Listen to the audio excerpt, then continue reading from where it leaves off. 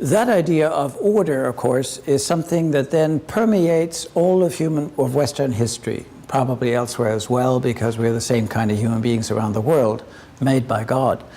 Yet nevertheless, we're familiar with it in our Western world.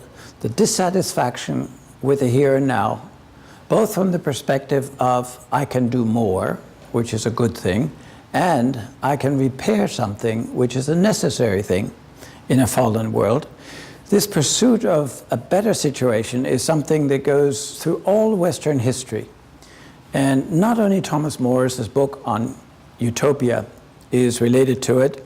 It's intriguing that between 1870 and 1917, more than 312 books on utopia have been published in this country alone, in the hope to describe what a better situation would be. It was after the Civil War, it was in the midst of the first economic crises in the 19th century, the robber barons and other things, and of course anticipating the tensions in Europe. All these books were published, and we'll talk about them next time. Further back, it was also the background for Dante's, in the Divine Comedy and other writings, longing for utopia, the ideal of peace, in the midst of the tensions and tragedies that he experienced in the 12th and 13th centuries.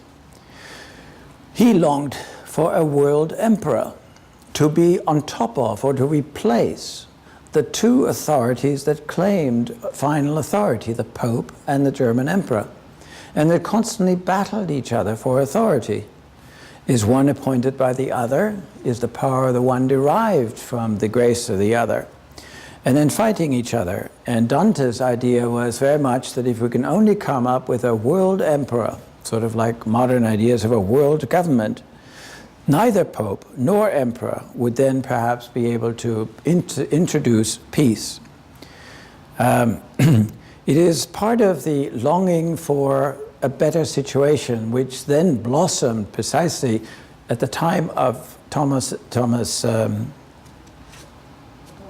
More's Utopia, thank you, when as part of the information coming back from the explorations at the end of the 15th century, Columbus, the Portuguese, African coast, etc., came back with tales of better worlds, more riper fruit, nicer weather, freer sexuality. It was all mixed up as something that would break the bondage that people thought they experienced in the early 16th century.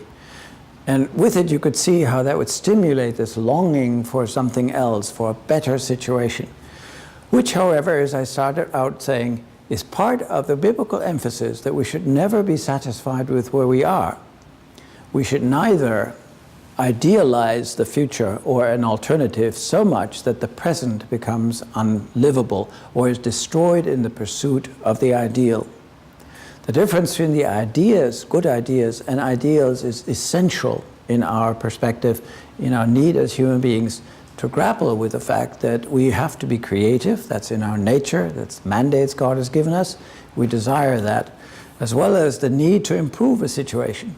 And yet, whenever you step out with an idea of improvement, you must always think of what we today would call not only collateral damage, but also unintended consequences as much as we possibly can. So I hope to have laid the foundation of our thinking through these next 4 weeks.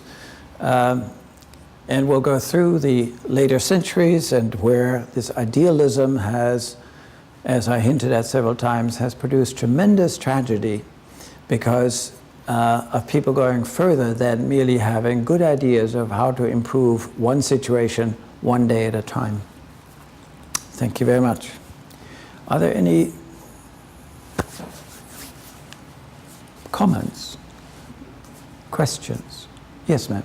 Perhaps I misunderstood this, but do you sort of imply that Islam, and given the fact that believers must learn, memorize the Arabic form of it, or else it's blasphemy, that even though it exists in numerous cultures, that static exists with the repetition of the same words, the same art, for the most part, is not really encouraged because it's idolatry.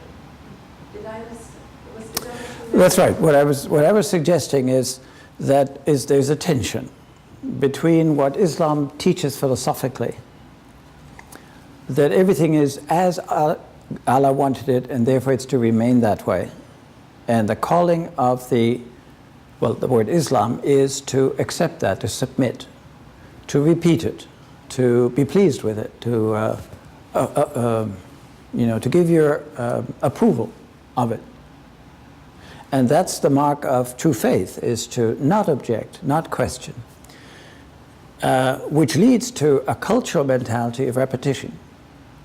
There's, of course, a tension, because I don't think you can live that way as a human being. Even the most fatalistic person will still grieve, which is a sign of protest, of refusal to accept as normal. And yet, the way we are made, I think, by God, is precisely we can't live with the idea, we can't consistently live with the ideas as presented in Hinduism, Buddhism, Marxism, Islam.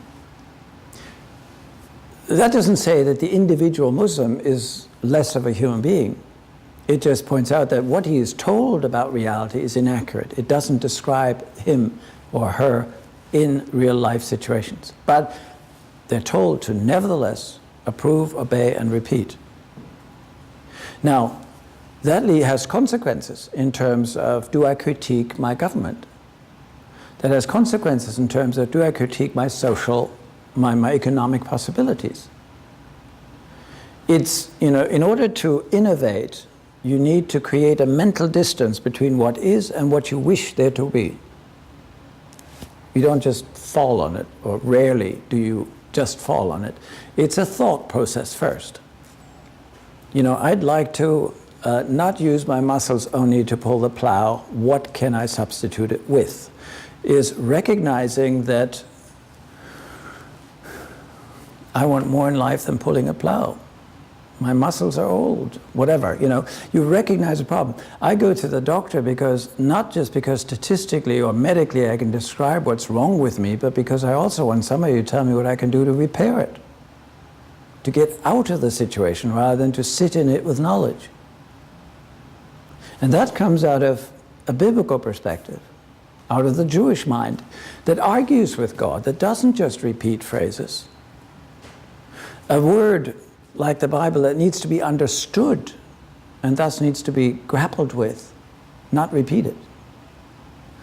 I need to understand what's the verb, what's the subject, what's the object, what's the context, what's the literary form, who's addressed, rather than repeat it. There's no blessing in repetition of scriptural texts. There is in comprehension.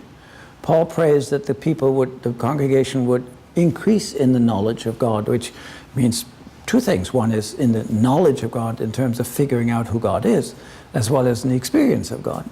But it is also the intellectual knowledge. Now, of course, where it becomes a little dramatic is when you realize that this culture of conformity and repetition, which you also had in Marxism, it's not limited to Islam, is so dictatorial in that sense that it automatically excludes everybody who has a mind of his own and who can be just as dictatorial